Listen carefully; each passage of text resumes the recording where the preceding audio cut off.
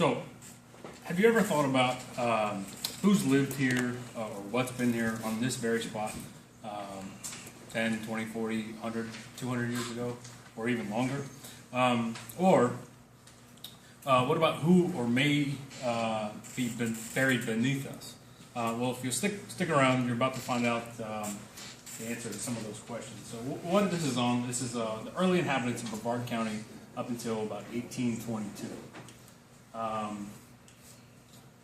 In this presentation, we're going to cover some of the history of Florida, how it was formed, overview of some of the first inhabitants, a few of the important discoveries that were made in Brevard County, some of the people who used to live here, and how Florida has actually changed hands numerous times since the beginning. This is a huge reason of why I chose this topic. This book, Cocoa Living History, was written in 1997 by Dr. James A. Drake and my grandfather, Joseph R. Moss. I was fortunate to see it being written before my very eyes, and I actually even got to help conduct interviews of most of the people that were in here. And what's cool is I actually have a little bit of a copy of my grandfather's notes and some of the outlines. This is something that I hold near and dear to my heart. He passed away in 2001, and he was an awesome man. He was a professor at BCC. He was a mayor of Cocoa. He was a lawyer for the longest time, a deacon in his church, and this is the man that I've always tried to be. So this is something that's great. And I even have an autographed copy, which is pretty cool. So this area that we're in now was formerly known as Gondwanaland, which was part of Pangaea, along with Laurasia. So this is the area now. It's kind of split into two hemispheres. Laurasia is on top, Gondwanaland's on the bottom, and this is. And about 245 million years ago, they broke apart. Florida, Georgia, and Alabama broke off and clung to Laurasia to form the North America that we have now. So, what's interesting, I thought that was very interesting. I didn't know that until I was doing this. If you look here, you can kind of see the formation of maybe Florida or Texas, but actually, according to forensic geologists, Florida's rocks and fossils bear more resemblance to African fossils than anything here in North America. So you can see the fossilized rock was actually found here and part of here. I thought that was pretty cool. So the first mammal to arrive was the Protocyron, came about 45 million years ago, very closely related to today's manatee, but about twice as big. So you know how big those jokers are now. The first humans to arrive were somewhere between 20 and 23,000 years ago. We know that because radiocarbon dating was done on the tools that they left behind and were buried with. With those first early humans, a lot of the animals that were living alongside them were the camelops, which is a huge camel. Camels are big too, you can imagine them bigger. Mammoths and mastodons, right here in central Florida, and a smilodon, which is a saber-toothed cat. So imagine walking out your front door of your hut and walking across some of those things. So has anybody heard of this place, the Crane Creek Reserve, right there off New Haven, 192, the golf course out there? Well, this mammoth was found there in 1922. This mammoth is actually on display now at the Amherst College in Massachusetts. It was found with a couple of the various animals there, along with a giant ground sloth. You see we've got a dude for scale, so that's a pretty big sloth there. Beavers that were up to 270 pounds, and we've got two dudes for scale there. And most importantly, the remains of multiple humans were about 12,000 years old. So this is something that's 10 miles away from us. They were living well before that. So, and in 1982, in Windover Farms, just outside of Titusville, there was another huge important discovery made.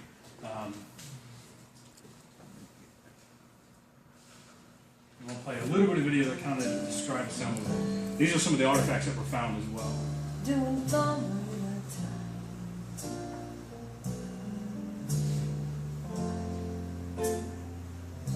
Doing Florida time. In the 80s, a housing development site off Cape Canaveral in Florida became a highly publicized archaeological site.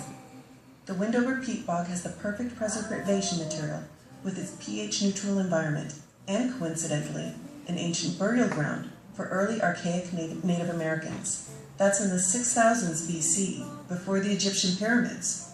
The archaeological dig recovered skeletal remains of 168 individuals. With these individuals came a wealth of unprecedented information. Even their brains were well preserved for DNA analysis. As interesting as 7,000-year-old brains are, hand-woven goods is particularly interested in the significant number of hand-woven artifacts found petrified with all those skeletal remains.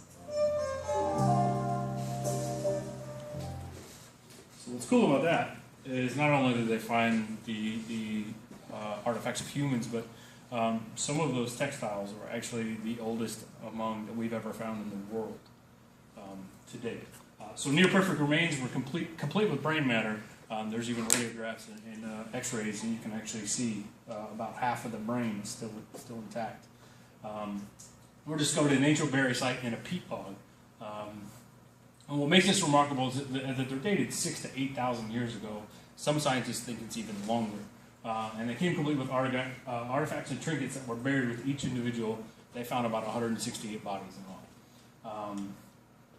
So back in Florida, life was still pretty primitive for the natives that were here, natives and humans, until about 1000 AD when the bow and arrow were finally invented by a few of the tribes that lived here. In about 800 AD, inland tribes actually began to farm for their food. So for about 200 years, all they were doing was hunting and gathering, which is a pretty tough life. So the natives that were part in this area were 3 different groups, and they were called the Ais tribe, the Timucua, and the Yega, which sounds specific, a little bit like Jaeger, maybe. I don't know these two. So about 100 of their shell and burial mounds have been discovered in and around Brevard County to date, which is pretty insane. Probably the most famous one is the Turtle Mound.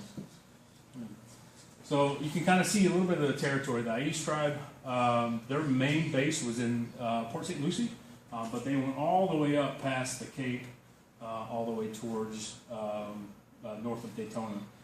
Timucuan was up there, and then the Yega was all over down south. So. Of all the tribes in Florida, the Ais was arguably the most aggressive and the best at defending their land. They sure like to loot all those ships that were going back and forth on the coast. And coincidentally, none of the European powers were able to ever conquer the East. The Spanish tried to convert them, bribed them, enslaved them, and then when none of that worked, they even tried to kill them all, but they did not succeed. Eventually, what did them in was disease. That's what killed most of the Native Americans all throughout the United States history, is they would bring rats over on their ships, they'd get bit, and then it just spread like wildfire. So, forward to 1562, the French Huguenots were led by Jean Ribault, left France to flee religious persecution by the Catholics and landed on the St. John's River near Jacksonville. What makes that interesting is it was actually the first French colony in the New World outside of France. And so they built Fort Caroline, which is there. Not a very particularly strong fort, I would call it, but I guess it's better than being in the woods. Spanish Inquisition. Nobody expects them. So, and in 1565, the Spanish decided that La Florida was supposed to be theirs and sent Pedro Menendez de Avilés to remove the French Huguenots from the region. While exploring near a French shipwreck off the coast of Cape Canaveral, which is thought to be loosely translated to the Cape of Sugarcane Fields, and that was named around 1560. He wrote in detail of the coastline of our region, creating the first survey and map of Brevard County. And Spain tried to gain control from the east and Brevard and further south near Port St. Lucie, but ultimately gave up when their monarchy fell apart when Charles II died in about 1700. So the mid-1700s marked the end of the Spanish region in Florida, reign in Florida. Britain took over in 1763, and then when the Revolutionary War ended in 1776, a lot of the Britons that were up north actually got driven down here, and that's when Florida saw its big population boom for the first time. The British monarchy prized the eastern Florida coast for its numerous resources, such as tar, turpentine, live oak. All those were used for shipbuilding, and cattle and crops to feed their vast army. The victories in the Revolutionary War meant that Britain no longer had control of Florida due to the Treaty of Paris in 1783, and once again, Spain took over ownership of Florida in 1783, but there weren't that many British left over once Spain took back over, and most of the Florida's inhabitants were the actual native Seminole Indians, who were a wandering tribe, and other small native Indian groups, as well as American settlers who started to make their way down and went by the moniker Crackers. I don't know if anybody's heard that, which is thought to come from the Spanish word for Quaker, which is guacero. How'd I do? Guacero. Good enough.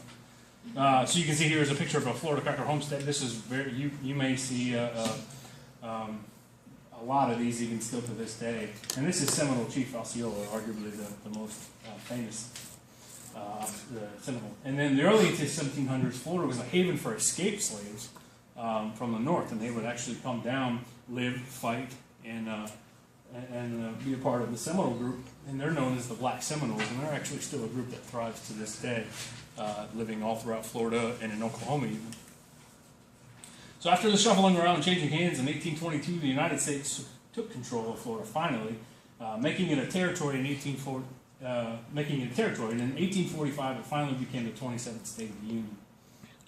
So, to wrap it up, in this presentation we found out Florida was originally part of Africa. Floridians used to live alongside some pretty big mammals. Peat bogs are pretty good for human remains preservation, and Spanish monarchy were not nice people. And ownership of Florida changed hands numerous times. So, now you know some of the history about this land. And I would actually encourage you to do a little bit of exploring on your own, and maybe even you can find that next piece of evidence that will help archaeologists find a little bit more about our past. Thank you all.